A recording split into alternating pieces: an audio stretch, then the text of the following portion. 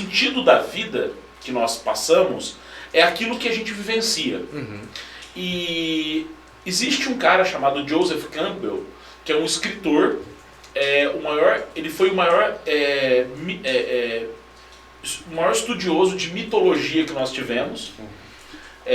Além disso, né, de mitologia, ele era um grande estudioso da área de simbologia, linguística, representação. E não sei se você já viu, porque hoje em dia tem muita gente da área do marketing, ou a galera coach, que faz aquela jornada do herói explicando fase por fase. Não sei se você já viu isso. Já. Quem hackeou isso pela primeira vez foi o Joseph Campbell. A imagem, né, do herói, o mito do herói, surgiu do Joseph Campbell. Aí depois disto que muita gente vai destrinchar isso daí, que vai identificar e entender um pouco isso, né? Que é o famoso storytelling que a gente fala, né? E tudo mais. Mas é porque tem um ponto, cara, que você comentou, que você disse assim, eu tinha 23 anos e eu comecei a entender, eu queria entender quem eu era. O que foi a chave? Cara, isso daí foi uma pessoa que te disse? Não. Entende o que eu quero dizer? Sim. Porque essa chave, ela é muito importante. Eu vou te dar um exemplo. Quando você assiste Matrix, o Neo, ele desperta. Quando ele desperta? Quando ele descobre que tem um mundo além do mundo que ele vive. Então ali ele ainda não sabe o que é, mas ele sacou que tem uma coisa a mais.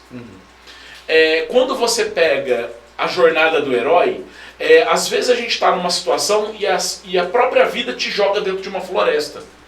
A ideia de cair numa floresta, né, é uma representação simbólica, porque a floresta você não sabe o norte, leste ou oeste dela.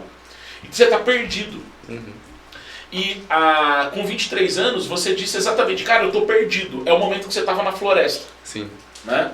E dentro da jornada do herói existem dois momentos muito importantes. Quando você está na floresta e quando você está no deserto. Esses dois momentos são muito importantes. Muitas histórias, Pequeno Príncipe, ele cai no deserto. Né? Ele vai e cai no deserto.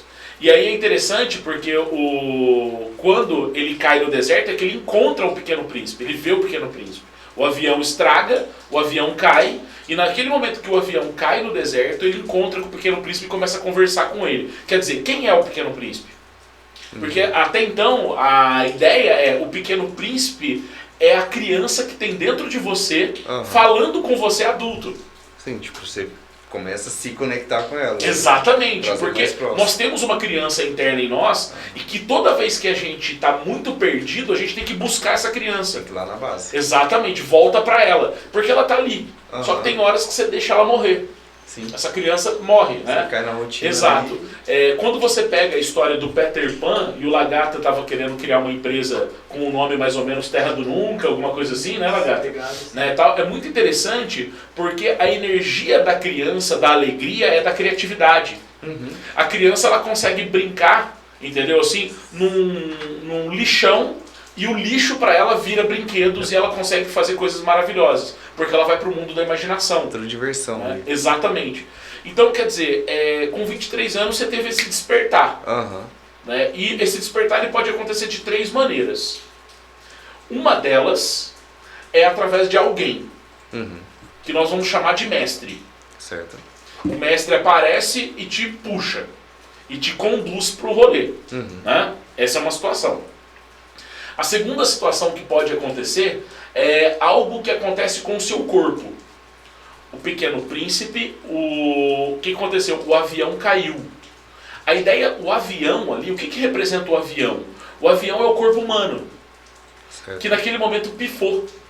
Então existem muitas pessoas que entram, por exemplo, em coma e falam que vê coisas maravilhosas e quando elas voltam para o corpo e conseguem sobreviver, elas falam, eu vi tanta coisa que agora minha vida mudou. Porque ela viu alguma coisa além da morte e voltou. Então ela teve uma visão. Então isso a gente chama do despertar a partir de uma epifania que a pessoa tem. A pessoa viu mesmo algo, né? E você tem o despertar que acontece, né, a partir de um caminho introspectivo. O caminho introspectivo é quando você olha para dentro de você mesmo. E essa é a grande viagem. Viajar para dentro de si é uma viagem muito só. Esse é um problema. Sim. Porque quando você viaja para dentro de si, não tem ninguém que possa ir com você. Então você está no deserto. O deserto representa a solidão que existe, que é aquela solidão que nós temos dentro de nós, entendeu? Então esse aspecto é muito importante, porque o caminho do despertar ele se dá de uma dessas maneiras. Ou quando o corpo pifa, ou quando o mestre puxa, ou quando você vai para dentro. Sim. No teu caso, assim, teve alguma semelhança, alguma coisa assim? Experiência terceira